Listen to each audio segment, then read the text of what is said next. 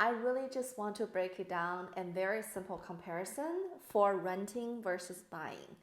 I know that mortgage professionals and real estate professionals always talk about buying is always better, but let's just break it down and see the pros and cons of renting versus buying. Number one is it has very low upfront cost. Normally, you just need 2 months of deposit upfront. So if you're renting a home for 2,500, you need about 5,000 or 7,500, and you can move into a house. The second pro is flexibility. You can just sign 1 year lease, and if you don't like that house anymore, then you can always look for somewhere else and or renew with a landlord. Number three is fewer responsibilities. They feel like they're not responsible for any repairs. So if there's any maintenance, they can just call the property manager, call the landlord.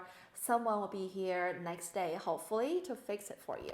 What are some cons for renting? Number one is personalization. I know that as a tenant, anytime that you want to do anything to the house, maybe to even sign a TV bracket on a wall, you will have to get approval. If you want to paint the room blue, white, you definitely need the approval from the landlord. Number two is stability. Oftentimes, you don't have any control of the landlord's schedule or agenda. Maybe that landlord only want to keep that house for another year.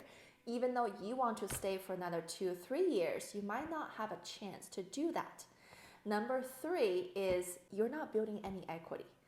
That monthly payment you're making to the landlord is not building any financial future for you. You're throwing 2,500, 3,000 to someone else's pocket every single month.